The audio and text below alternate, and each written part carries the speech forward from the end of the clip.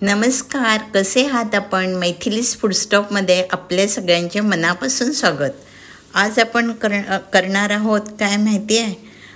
अळकुंडे किंवा अरबी किंवा अळूच्या कंदाचे पराठे.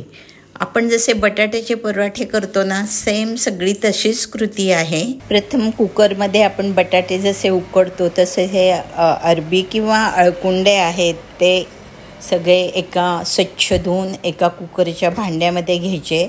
1-2 बटाटे पण त्याच्यामध्ये टाकायचे, कारण ते उकडलेली अरबी असते ते जरा असे चिकट असतात आणि बटाटे घातल्यामुळे त्याच्यातला चिकटपणा कमी होतो.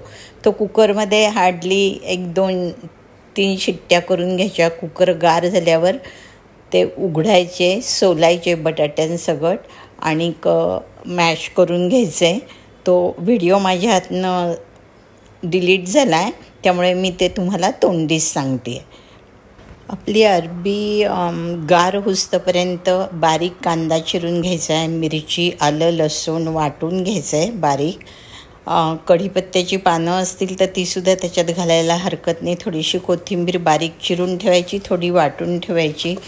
कढईमध्ये तेल टाकून त्याच्यामध्ये जिरे, मोहरी, हिंग, हळद, कढीपत्ता, नंतर वाटलेलं आलं, मिरची, लसूण तुम्ही अरबी आणि बटाट्याला चोळून घेतलेलंच आहे. हिंग थोडा जास्त टाकायचा, उडदाची डाळ टाकायची, कांदा थोडासा परतून घ्यायचा आणि मग ती भाजी त्याच्यात टाकून हे असं सगळं एकत्र कालून घ्यायचं.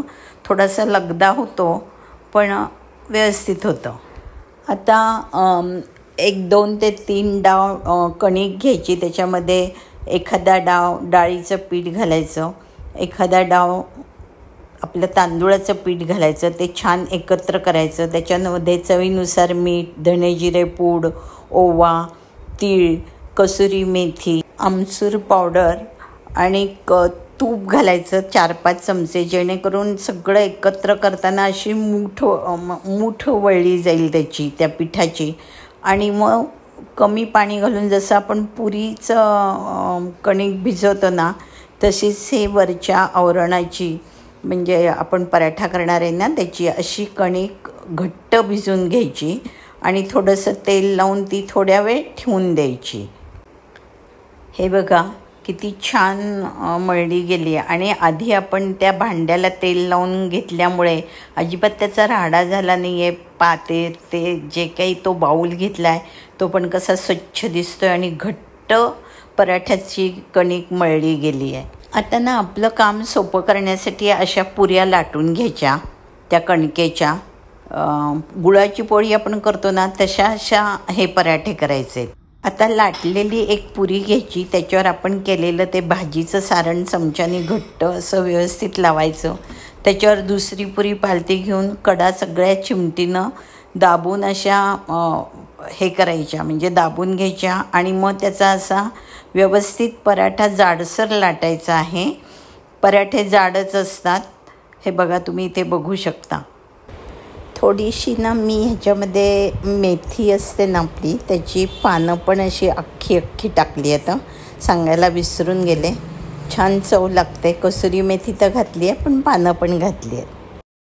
असा तूप सोडत मंद गॅसवर भाजला ना दोन्ही बाजूंनी गुलाबी रंगावर, की तो दिसतो पण छान, लागतो पण छान, खरपूस एकदम. अशा प्रकारे सगळे पराठे मी आता करून घेतलेले आहेत. व्यवस्थित सगळे अतिशय छान झालेले आहेत आणि आपण ते कापून घेतल्यामुळे व्यवस्थित गोल आकार पण सगळ्यांना अगदी मस्त आलेला आहे. आता काय करायचं माहिती आहे का, चक्क कात्री घ्यायची आणि त्याचे असे आपण 4 त्रिकोण, म्हणजे गोल घ्यायचे, 4 त्रिकोण करतो ना ते करायचे. आणि पुदिन्याची चटणी किंवा मला जास्त करून सॉसबरोबर आवडतात म्हणून मी सॉसबरोबर सर्व केलेत. कशी वाटली तुम्हाला डिश? मला नाही वाटत अजून हे कोणी बनवले असतील तर आनंदच आहे. पण जर नसतील बनवले तर तुम्ही पण बनवून बघायला हरकत नाही, नाही का? आणि जर तुम्हाला हे पराठे आवडले तर माझा यूट्यूबवरील चॅनल व फेसबुकवरील पेज सबस्क्राईब करायला विसरू नका. अर्थातच मैथिलीज फूड स्टॉपला जो कोणी सबस्क्राईब करणार त्याला नाही नक्की काहीतरी वेगळं आगळं बघायला शिकायला पाहायला मिळणार. अच्छा, तर मग चला परत असंच भेटू नवीन एखादी रेसिपी घेऊन. तोवर अर्थातच खात राहा, पीत राहा, मजेत राहा, आनंदित राहा. अच्छा, बाय बाय, नमस्कार, धन्यवाद.